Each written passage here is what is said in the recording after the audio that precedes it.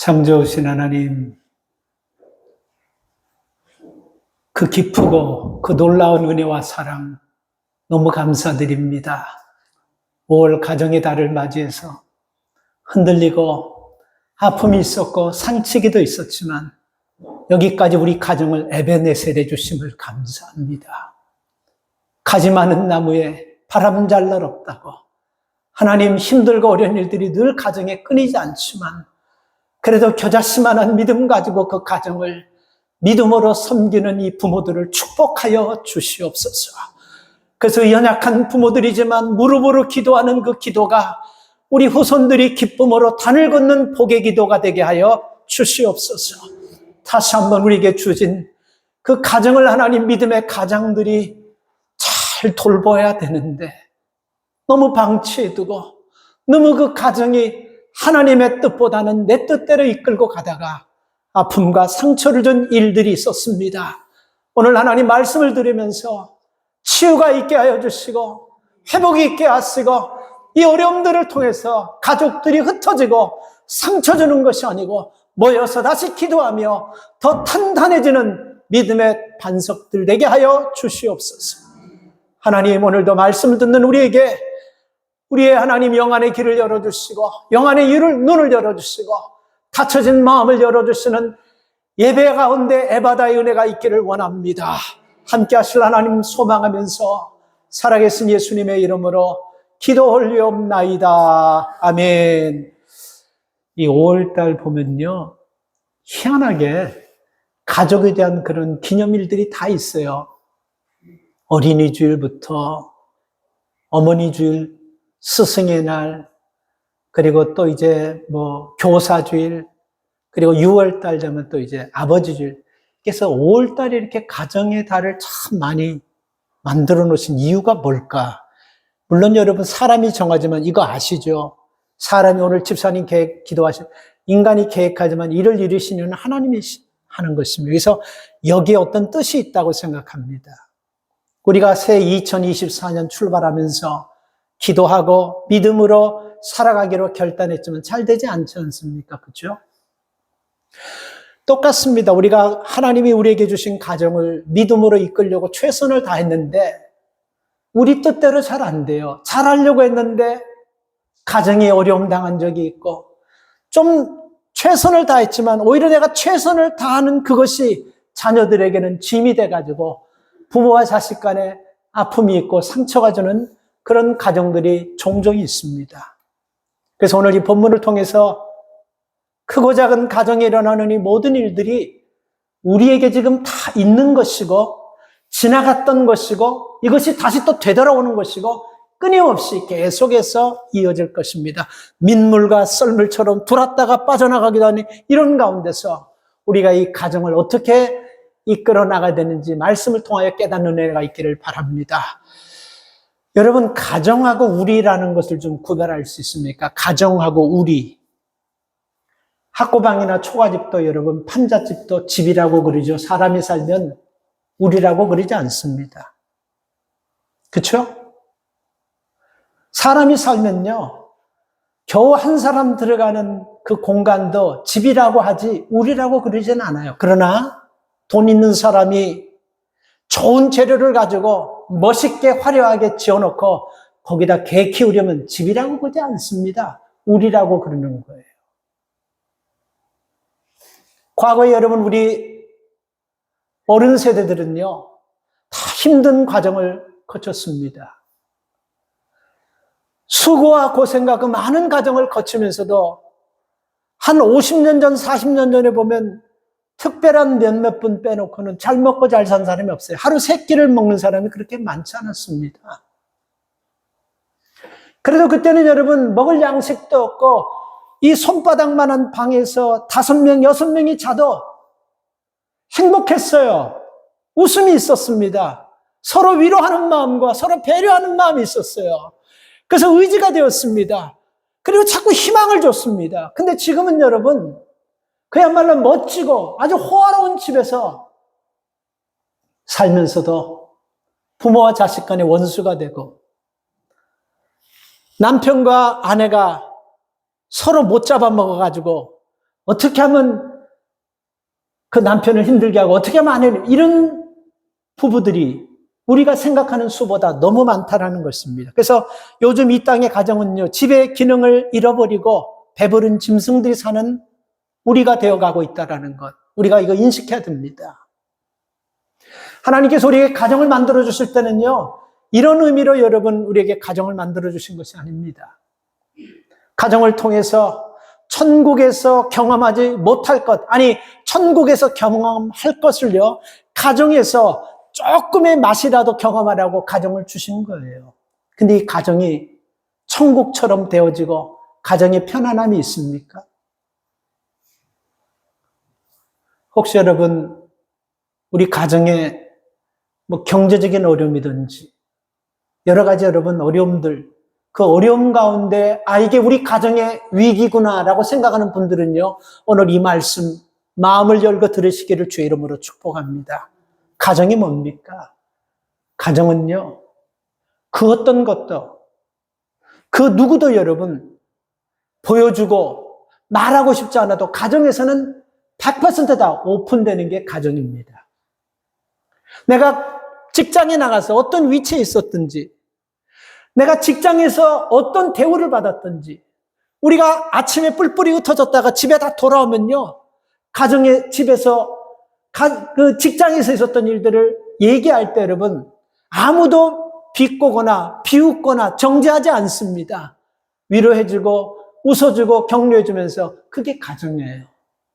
그래서 여러분 가정은요, 많이 있고 화려하고 대단하다고 해서 좋은 가정이 아니고, 이 가정에서 어떤 얘기를 해도 그 얘기를 받아주고 위로해주고 격려해주는 그 가정이, 그 집이 전세를 살던 렌트를 살던 학고방이건 관계없이 하나님의 거하시는 가정인 줄 믿으십시오. 근데 이런 가정도 여러분, 이렇게 가난하고 어렵게 사는 가정에도 가정은 위기가 있습니다. 그러면 여러분, 아주 화롭고 휘황찬란한 가정에서 사는 가정들은 위기가 없을까요? 집의 크기만큼 위기도 큰 게 오는 거예요.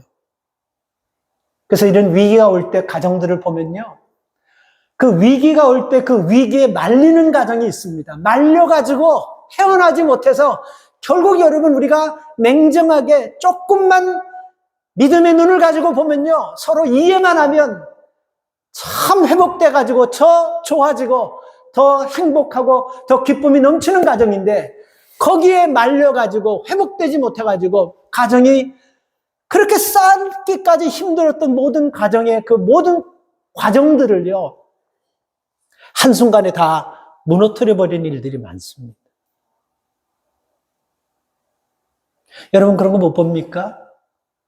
가정이 여러분 저렇게 되기까지는 참 가장과 온 가족들이 오랫동안 수십 년 동안 애를 썼는데, 문제 하나가 가정에 딱 들어와서, 위기라는 것이 가정에 딱 들어오니까 그 위기를 겪어보지, 잘 회복하지 못해서 가정이 확 무너지고 다 깨져서 자식은 자식대로 가버리고 부모는 부모대로 가버리고, 그런 가정 못 봤어요? 난 많이 봤습니다. 오늘 우리의 삶 가운데 여러분, 이런 일들이 일어날 수가 있다는 것을 우리가 꼭 전제하면서, 그리고 그런 일이 일어날 때마다 하나님께서 우리와 함께 하신다는 것, 그것을 꼭 기억하면서 사시기 바랍니다. 오늘 여러분 우리가 본문에 보면요, 야곱의 가정에 대해서 오늘 말씀을 좀 나누려고 합니다. 야곱의 가정에도 여러분 위기가 찾아왔어요. 근데 이 야곱의 가정에 찾아온 위기를 여러분, 야곱이 어떻게 여러분 해결하냐, 이걸 보면서 저는 오늘 우리 가정의 크고 작은 모든 문제들을 야곱이 이 가정의 위기를 해결하는 방법으로 해결하면요, 돈 들이지 않아도, 특별히 누구에게 상담받지 않아도, 특별히 누구의 도움 받지 않아도 충분히 해결할 수 있는 모든 조건을 우리가 지금 갖추고 있다는 것, 그것을 꼭 기억해야 됩니다.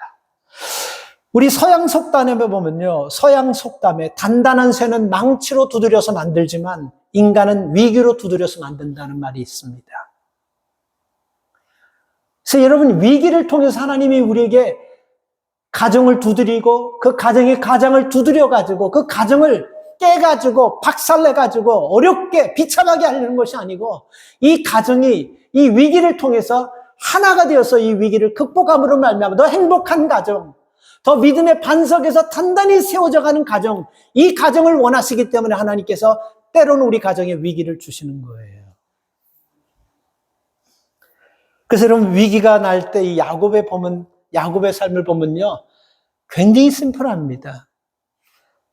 하나님께서 여러분 야곱을 찾아가셔가지고 야곱에게 베델로 올라가라 이렇게 말씀하세요. 근데 여러분, 우리가 이런 위기도 사람의 도움을 받아가지고 해결할 만한 위기가 있고, 그리고 우리가 조금만 인내하면 이런 위기가 있고, 정말 오랫동안 상처가 되고 오랫동안 그것 때문에 가족이 너무너무 힘들어하는 그런 마음속 깊은 곳에는 상처들이 될 수 있는 그런 위기가 옵니다. 근데 야곱은요, 만만치 않은 위기가 왔어요. 야곱의 딸 디나가, 오늘 우리는 35장을 읽었지만 34장에서 무슨 사건이 나냐면 야곱에게 외동딸 디나가 있는데 그 사람들에게, 세겜 사람들에게 강간을 당해버립니다. 근데 왜 이 세겜 사람들이 야곱의 딸 디나를 강간했냐면요, 야곱이 굉장히 부자였어요. 그 야곱의 재산을 노렸기 때문에 그 야곱을, 여러분, 야곱의 딸을 자기의 아내로 삼고 그 야곱의 재산을 자기들이 취하려고 세겜 사람들이 일부러 그렇게 한 겁니다. 어느 정도 부자였었냐면요, 창세기 32장 13절을 보면요, 여러분 이거 기억하세요? 야곱과 형 에서가 원수지간이 됐을 때 하나님의 극적인 은혜로 화해하는 장면에서 야곱이 에서에게, 형에게 선물을 줬는데 그 선물의 사이즈가 이게 그냥 보통 사이즈가 아니에요.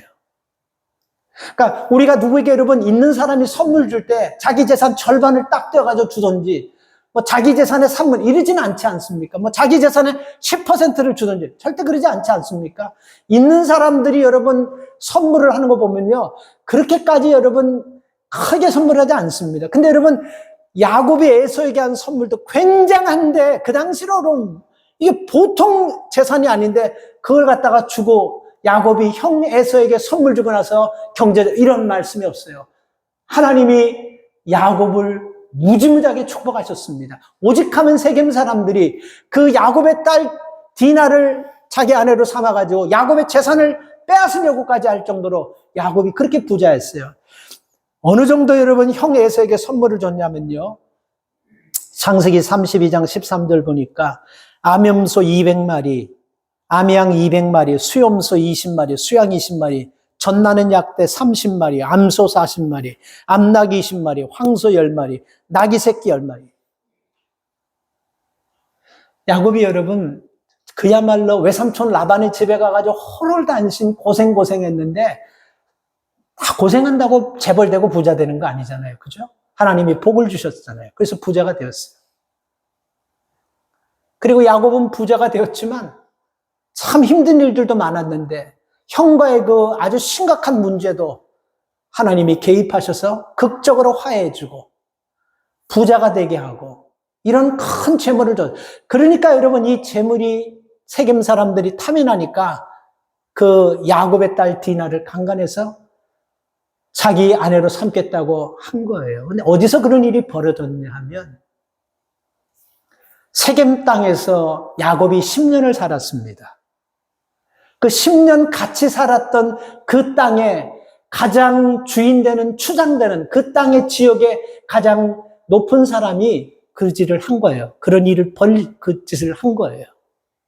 그러면서 하는 얘기가, 추행하고선 그 딸을 보내주지도 않고 결혼에 허락을 하지 않으면 그 딸을 보내주지 않겠다라고 합니다. 그때 어떻게 상황이 전개됐는지 야곱은 몰랐던 것 같아요.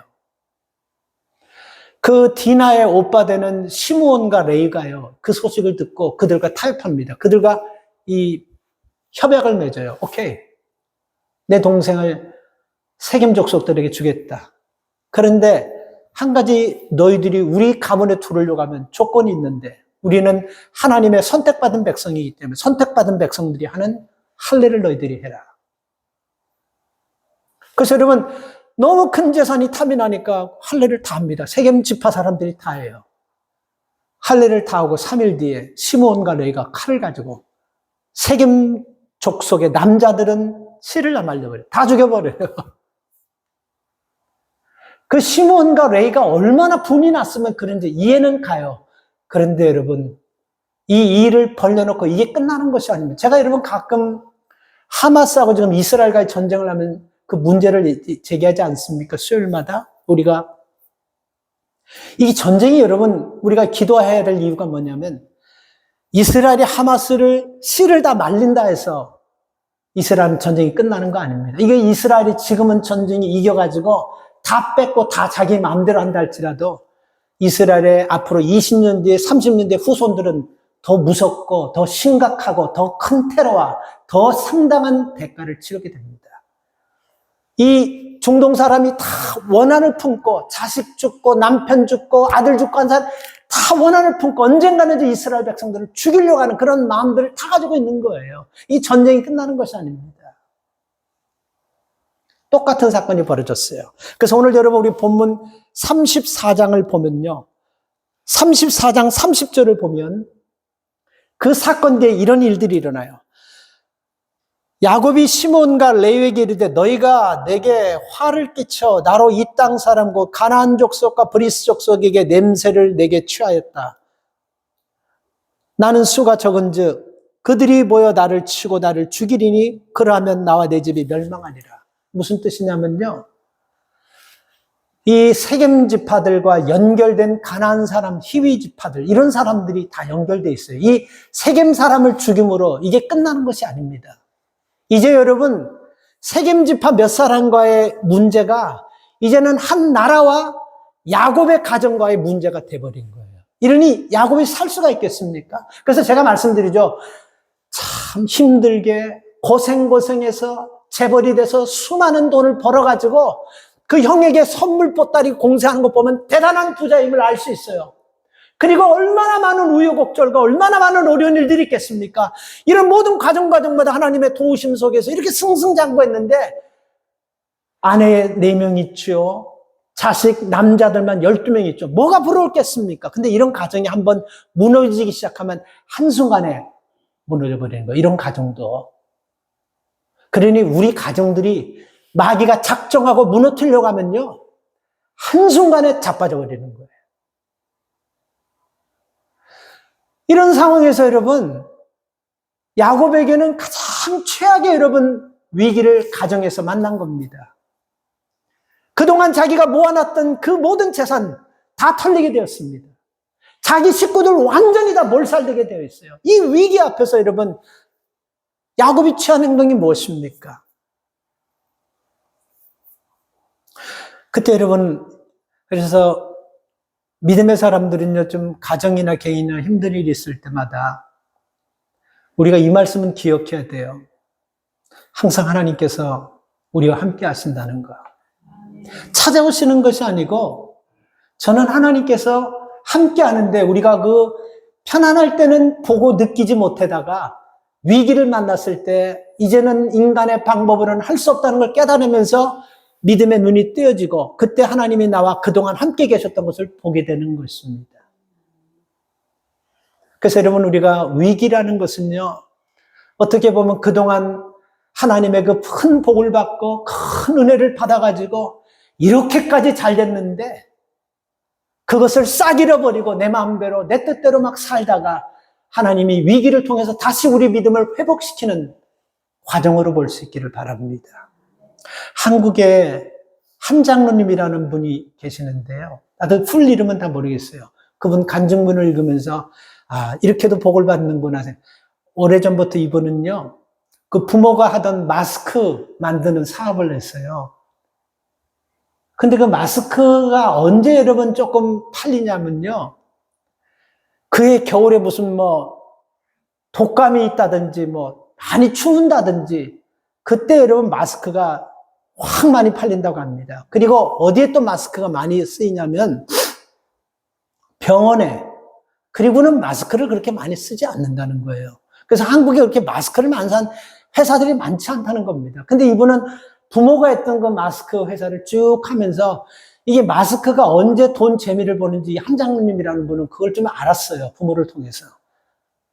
이 기후가요. 그래서 우리가 지금 한 1년 뒤에 아마 올 겨울은 추울 겁니다. 올 겨울은 이상기온 때문에 이렇게 더웠기 때문에 굉장히 추울 겁니다. 이런 것들을 그 사람들은 굉장히 중요하게 여깁니다. 그리고 한번 춥다가 바이러스가 한번 나오죠. 그럼 마스크 판매량이 확 올라가 버리는 거예요. 그래서 이분이 언제 재미를 봤냐면 그 장로님 그래요. 그 아버님이 말씀하신 그것을 통해서 한 장로님이 언제 2016년인가 메르스라는 그 바이러스가 한번 돌아가지고 그때 마스크로 돈을 많이 벌었어요. 그렇다고 여러분 장로가 하나님 이 땅에 바이러스 좀 자꾸 생기게 해요. 그렇게 기도할 수 없지 않습니까?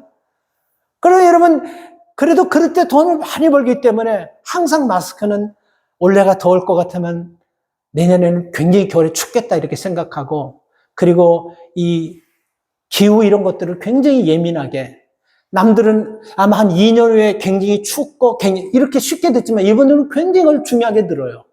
그래서 여러분 준비를 하는데 2016년, 17년 재미를 봤는데 그때부터 20% 마스크를 계속해서 이 생산량을 늘렸습니다. 그리고 중국에서 원단 이런 걸 데리고 이게 수입하는데 원단이 굉장히 쌌어요, 가격도. 그래서 그것을 크게 무리하지 않고 20% 해마다 해마다인데 이게 무슨 뭐 겨울에 춥기를 하나 메르스 같은 또 균이 생기나 아무것도 없는 거예요. 그래서 2016년, 17년은 돈을 무척 벌었는데 18년, 19년까지는 뭐 아무러는데 이 생산량은 늘어나지. 그러니까 여러분 한국에서 소규모로 하는 마스크 기업들이 이걸 조그만 가게에서 하는 그 공장에서 하는 걸 문을 닫는 거예요. 이게 수익 이게 안 되니까 판로가 없으니까. 이 장면도 참 걱정이 많은 거예요. 그래서 20%한 2, 3년 재나 보니까 이게 너무 많아가지고 큰 창고를 빌려가지고 거기다 그것을 재놨습니다. 그래서 버릴 수는 없으니까. 그리고 나서 그다음부터 마스크를 생산량을 조금씩 좀 줄여나가려고 딱 하는데 너무너무 걱정되고 돈은 들어가는 데가 많지 이 마스크가 잘 팔리지 않으니까 새벽마다 나가가지고 시편 46편 5절 말씀을 붙잡고 하나님 새벽에 하나님 도우신다고 그랬죠. 시편 46편 5절에 보면 새벽에 하나님께서 내가 너를 도우리라 이 말씀이 있거든요. 하나님 이거 정말 아버지 때부터 하던 거 이제는 우리가 이제 다 접어야 될 판입니다. 그리고 그 주변에 한국 했던 사람들이 이게 돈이 안 돌아가니까 마스크 공장을 다 닫으면서 이 한 장로님께 한 사장님이 그냥 원단값만 가지고 좀 그냥 해서 근데 큰 공장을 거기다가 놔뒀기 때문에 그 빈대다가 다 그냥 받아가지고 원단값만 넣고 생산량을 줄이면서 거기다 다 쌓아놨어요. 그리고 나서 매일같이 새벽마다 시편 46편 5절을 보면서 하나님 새벽에 돕다고 그랬죠. 판로를 좀 열어주십시오. 계속 기도하는데 그리고 여러분 2020년에 뻥 터진 것이 코비드가 터져버렸어요. 이게 난리가 나버린 거예요, 지금요. 공장이 그냥 한도 없듯 끝이 쌓아놓는 거, 이게 난리가 나버리는 거예요. 그래 보니까 여러분, 이 마스크가 필요하니까 막 부총리가 막 와가지고 까만 차 탄 사람들이 막 국가의 높은 사 한 번도 보지 못하는 TV로만 봤던 사람들이 와가지고 마스크 내놓으라고 막 협박하고 달라는 대로 가격 다 줄 테는 뭐 이런 막 현상이. 그리고 막 옛날에는 중국 사람들이 그냥 막 전화를 했는데 이제는 와가지고 이 회사가 오래되니까 마스크 우리한테 팔라고 달라는 대로 이게 마스크가 천장부지로 막 올라와 버리는 거예요. 이 장로님 말씀으로는 코비드 때 마스크 그거 팔아가지고 10년 동안 쌓을 모든 걸 다 싸버렸다라는 거예요. 여러분, 우리가 살아가면서 위기를 만날 수 있습니다. 누구나가 다 여러분 정말 이게 여기까지인가 보다 하고 참 큰 위기면 큰 위기일수록 이것도 알아야 돼요. 위기는 양날선 검과 같아요. 이 위기 앞에서 여러분 우리가 어떻게 하냐에 따라 이 위기가 기회가 된다고 귀가 따갑도록 듣지 않았습니까? 그렇다면 여러분 가정에 개인이건 자녀 문제건 경제 문제건 건강 문제건 위기를 맞은 분들은 이렇게 생각하세요. 이거는 양날이다. 한 날만 뵈는 것이 아니고 한 날은 우리를 세우는데 아주 중요한 날이다라고 생각하시면서 이 위기 때 오늘 1절 말씀을 보니까 하나님께서 베델로 올라가라는 말씀처럼 베델로 올라가시기 바랍니다. 여러분 오늘 이 본문을 가만히 보면 저는 한 단어가 마음에 확 와닿습니다. 올라가라. 베델로 가라. 베델은 하나님의 얼굴을 상징하고 성전을 상징하는 것입니다. 그런데 베델로 가서 예배라 이렇게 딱 찍어놓고 그냥 얘기하시면 되는데 오늘 35장 1절에 보면 하나님이 야곱에게 이르시되 일어나 베델로 올라가서 거기 거하며 내가 내 영예에서의 낫을 피하 도망하던 때 나타났던 하나님께 거기서 단을 쌓으라. 베델로 올라가서 예배드리라. 다윗이 어느 정도 위기가 왔습니까? 전 재산 털릴 위기가 왔고 가족들 씨도 마르지 않고 다 몰살할 위기. 이 세겜 가족하고 문제가 아니고 이제 나라하고 한 가정하고 싸움이 붙어버릴 정도로 돼버렸어요. 이 위기는 어떻게 할 수가 없는 거예요. 그때 여러분 하나님께서 다윗에게 베델로 올라가서 단을 쌓으러 갑니다. 올라간다는 거예요. 여러분 우리가 상식적으로 생각하면요. 우리가 여러분 길을 걸어갈 때 오르막이 쉽습니까? 내리막이 쉽습니까? 약간 내리막이 쉬운 거예요. 오르막은 힘이 더 들고 더 어려워요. 체력의 소비량도 늘고. 그리고 여러분 우리가 둘 중에 하나를 택하다 모든 사람이 올라가는 힘든 일, 대가를 치르려는 누구도 원하지 않습니다. 쉽게 편안하게 생각 없이 내려가는 일을 택해요. 그래서 올라간다는 것은 쉬운 것이 아닙니다. 올라간다는 것은 대가를 치는 거예요. 여러분 한번 생각해 보세요. 하나님께서 왜 야곱에게 베델로 올라가라고 했겠습니까? 지금 베델은 하나님의 전이고 하나님이 계시는 곳입니다. 왜 하나님께서 야곱에게 올라가라고 그랬겠습니까? 하나님이 야곱의 신앙을 본 거예요. 바닥까지 떨어져 있는 신앙. 이게 문제예요. 우리가 여러분 위기를 만나면요. 그 위기 때문에 판단력이 떨어집니다. 올라가야 될지 내려가야 될지 이 판단력이 위기를 만나면 떨어지는 거예요. 그래서 왜 또 여러분 이런 위기가 오면 판단력이 떨어지냐면요. 우리가 위기를 만나면 누구 얘기를 듣는지 아세요? 주변 사람 얘기 중에서 내가 편안한 얘기, 내 마음에 바더가 되지 않는 얘기, 불편하지 않는 얘기, 내가 크게 희생하지 않고 기분 나빠하지 않는 쪽으로 조언하는 얘기를 우리가 듣게 돼요. 그래서 위기가 기회가 되지 않고 더 어렵게 되는 거예요. 그래서 위기가 여러분 디딤돌이 아니고 걸림돌이 되는 것입니다. 위기 때는요. 하나님의 말씀을 듣고 힘들지만 올라가야 돼요. 지금 야곱은 여러분 바닥에 떨어져 있는 것입니다. 그렇기 때문에 베델로 올라가라는 거예요. 예배 드리는 거 편안하고 만고강산 형편 좋을 때 뭐 그럴 때는 예배 드리는 거 그냥 와서 습관처럼 드리는 거 아무렇지도 않습니다. 어렵지 않아요. 습관돼 가지고. 근데 어려움이 딱딱 치다면 위기가 닥쳤다면 이 위기 가운데서 하나님 앞에 예배하러 올라가는 거는 쉽지가 않습니다. 각오를 해야 돼요. 대가를 치러야 된다니까요. 올라가기 위해서는 수고를 해야 되고 힘든 일을 해야 되는 거예요. 올라가서 예배를 드리라는 것입니다.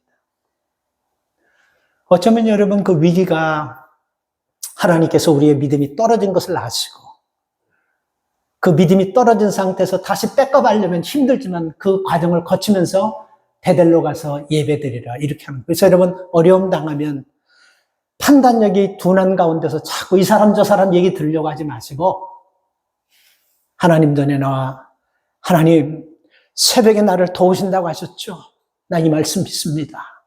새벽에 도우실 줄 믿습니다. 이 말씀 붙잡고 하나님께 나가기를 주의 이름으로 축원합니다.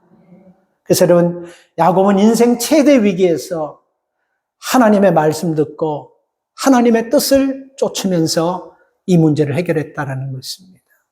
베델이라는 것은 굉장히 깊은 의미가 있어요. 형의 에서를 속이고 도망가다가 두려움과 외로움 속에서 만난 하나님을 만난 곳이 베델입니다. 그래서 그 베델에서 여러분 처음 야곱은 하나님 앞에 진실된 모습으로 섰던 자리가 베델입니다. 처음 하나님의 얼굴을 뵙고 처음 하나님의 말씀을 듣고 하나님의 첫사랑, 하나님의 처음 은혜를 깨달은 그때가 베델입니다.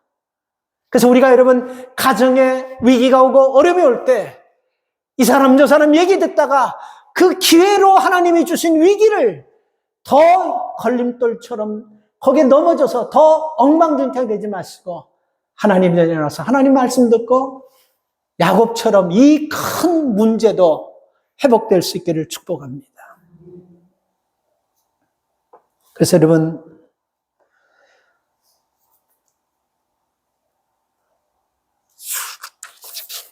두 번째 여러분 우리가 위기 때는 여러분 하나님 앞에 맡겨야 돼요.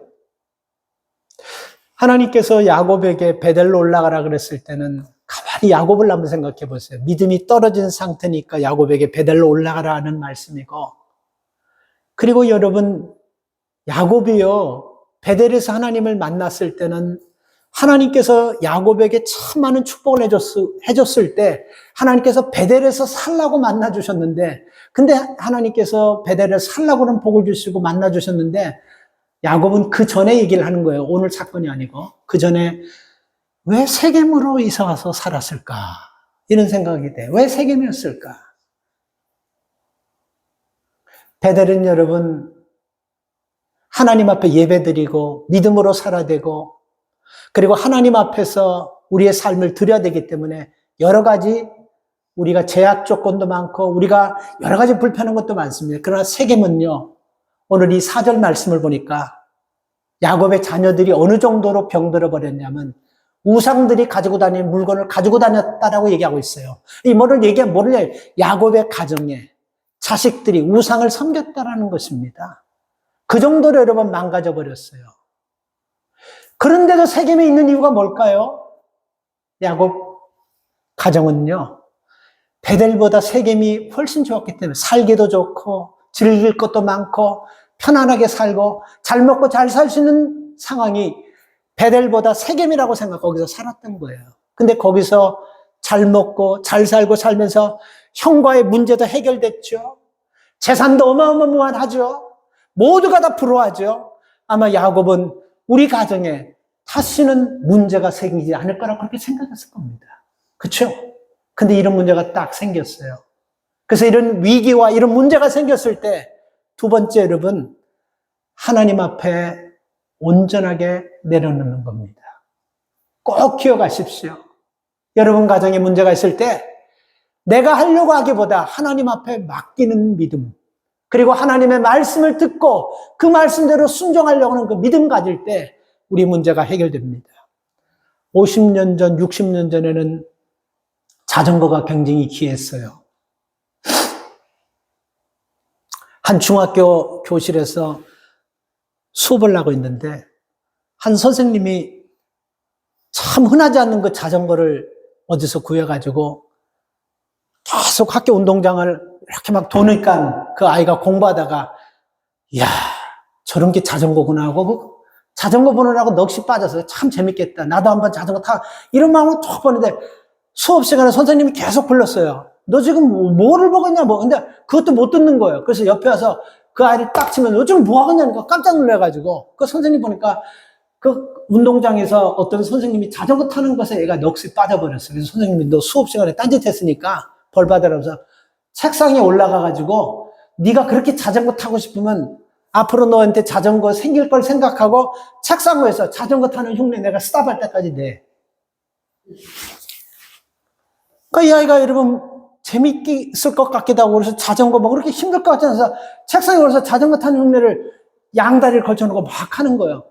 한참 하다 보니까 힘이 들겠어요? 안 들겠어요? 힘이 드는 거야. 다리 지가 나는 거예요, 그거. 그냥 아무것도 없는 그냥 막 들었다 놨다 이걸 계속 해보세요. 자전거 페달 밟듯이. 너무 힘드니까 애가 가만히 있었어요. 그래서 선생님이 너 왜 가만히 있어? 왜 페달을 밟듯이 계속 밟아야 돼? 왜 가만히 있으니까 그 학생이 아주 명답을 냈습니다. 선생님, 지금 자전거가 내리막길로 내려가고 있는 중입니다. 근데 거기에 굉장히 깊은 영적 의미가 있어요. 인생이 위기를 당해서 내리막으로 내려갈 때는 힘쓰면 힘쓸수록 더 어려워지고 힘들어지는 거예요. 그냥 leave me alone. 내버려 두는 거예요. 맡기는 거예요. 그래서 문제 앞에서 하나님 앞에 맡기지 않고 이렇게 돼보고 저렇게 해보고 내 인간적으로 막 그냥 페달을 밟듯 싫으면요. 더 힘들어지는 그냥 하나님께 맡기는 내려가는 언덕이는 하나님께 맡기면서 하나님 말씀을 들을 때 하나님께서 그를 통해서 회복해 주시는 은혜를 주실 줄 믿습니다. 마지막으로 우리가 위기 때 여러분 하나님이 위기를 주시는 이유가 뭐냐면요. 여러분 가끔 우리가 믿음 생활하면서 이런 거 궁금하지 않아요? 도대체 내 믿음의 양은 이 믿음의 저울에 달아보면 한 어느 정도 될까? 이런 거 혹시 느끼지 않아요? 내 믿음은 1부터 10까지 하면 한 어느 정도 될까? 집사님, 일어서서 하라 그러면 집사님 시험 들까? 내가 속으로만 해봐. 내 믿음이 1부터 10까지 한다고 하면 몇이나 될까? 속으로 대답하면.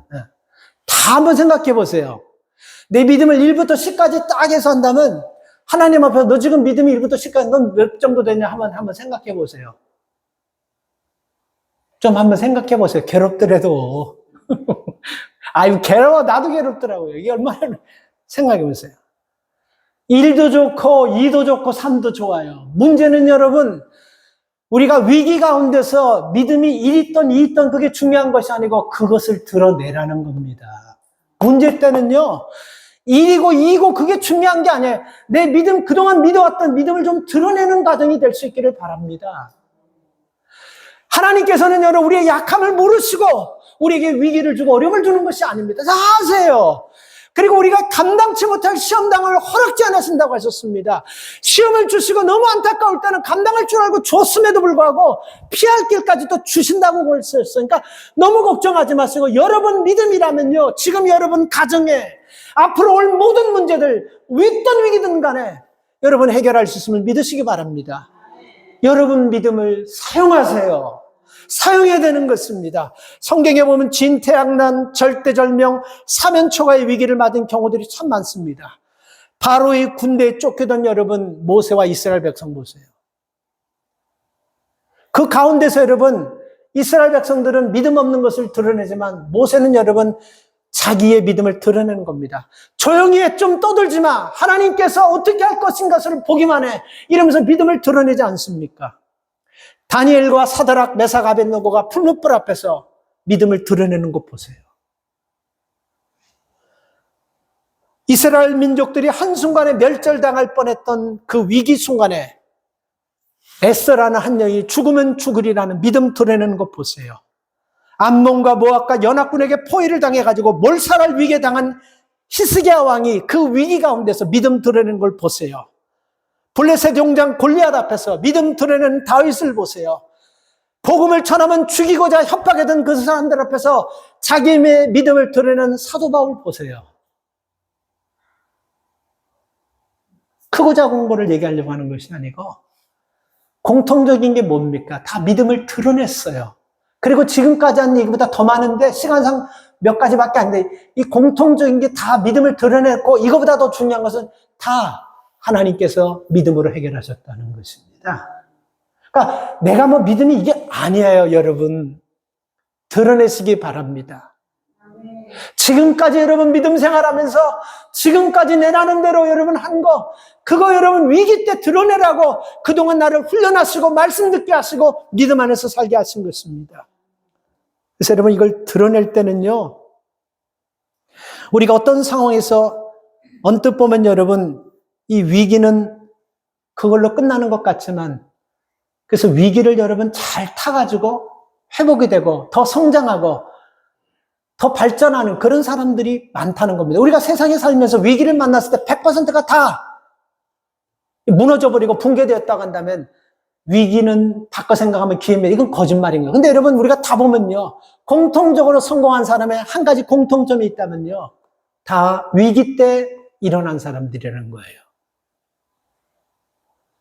여러분 우리가 잘 아는 비유 있지 않습니까? 파도는 바다에서 치는 파도는 굉장히 위험하고 무서워요. 수영 어지간해 못하는 사람은요. 물살에 딸려가서 들어가 버리는 거예요. 그래서 잘못하면 죽어요. 근데 여러분 이 위험한 파도를 기다리는 사람들이 있잖아요. 가만히 있다가 파도가 치면 쫓아가지 다니는, 서핑하는 사람 파도를 기다리는 거예요. 그러니까 위기를 여러분, 우리가 아까 제가 위기는 양날의 선 칼이라고 그랬지 않습니까? 우리를 넘어지게 하고 무너뜨리게 하고 하는 칼도 되지만요, 우리의 앞을 가로막는 것들을 쳐내가지고 일어나게 하는 칼도 된다는 것. 디딤돌, 여러분, 우리가 돌에 딱 걸려져가지고, 어떤 사람은 돌 걸려진 것을 보고 여러분, 짜증이 나니까 돌멩이를 걸려서 넘어졌는데 그 돌멩이가 화가 나니까 다시 발길로 차가지고 발가락 부러지는 사람이 있어요. 또 어떤 사람은 여러분, 딱 걸려져 놓고, 이거 우리 아내가 또 넘어지면 어떻게 하나? 내 자식이 넘어져. 그거를 막 그냥 파내가지고 결국은 여러분 맨땅 만들어버리는 사람이 있습니다. 여러분, 하나님께서 어떤 인생을 축복하겠습니까? 오늘 우리 가정에는 여러분, 우리가 하나님께서 우리 가정의 호주가 되시고 하나님이 주인 되시기 때문에 우리 가정에는 희망이 있다는 거 꼭 기억하십시오. 그래서 오늘 이 말씀을 통해서 야곱은 여러분 다시 하나님 앞으로 돌아갑니다. 그러면서 신앙이 회복되었죠. 그리고 4절 말씀 보면 자식들이 가지고 있던 우상의 귀고리 이런 것들을 갖다가 다 상수리남에 묻어버렸죠. 이건 뭡니까? 이제 우상과는 결별하겠다라는 것입니다. 그리고 나서 두려워하고 염려했는데 오늘 5절 말씀을 보니까요. 그들이 발행하였으나 하나님이 그 사면 고울들로 크게 두려워하게 하신 거로 야곱의 아들들을 추격하는 자가 없었더라.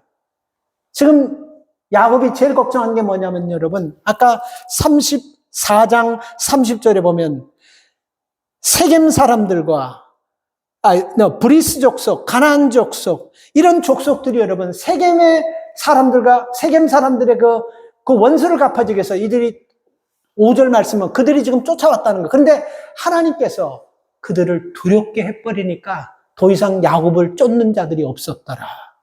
우리 힘으로는 못하는 것이 못하는 거예요. 이거는요. 절대로 못하는 거예요. 한 국가를 여러분, 한 국가의 지도자들이 여러분 원수 갚으려고 하는 것은 사람인 가지고 못 막아요. 하나님이 막는 것입니다. 어떻게? 두려워하게 만들어버린 거예요. 두려워하게.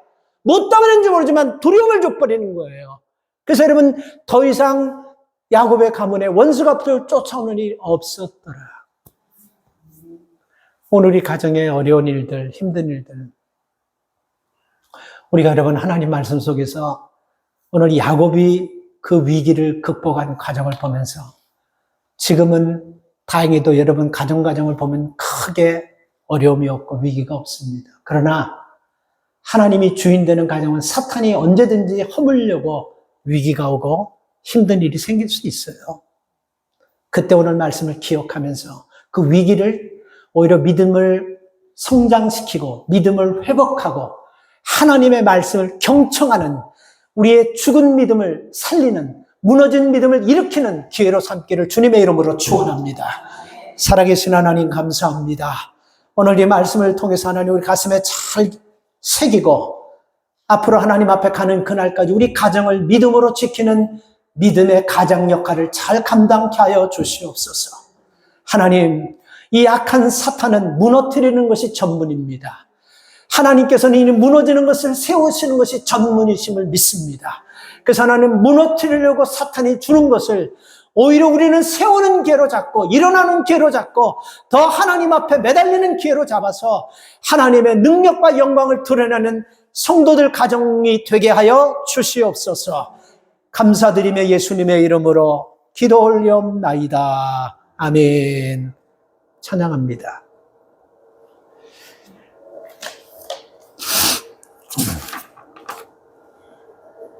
(455장)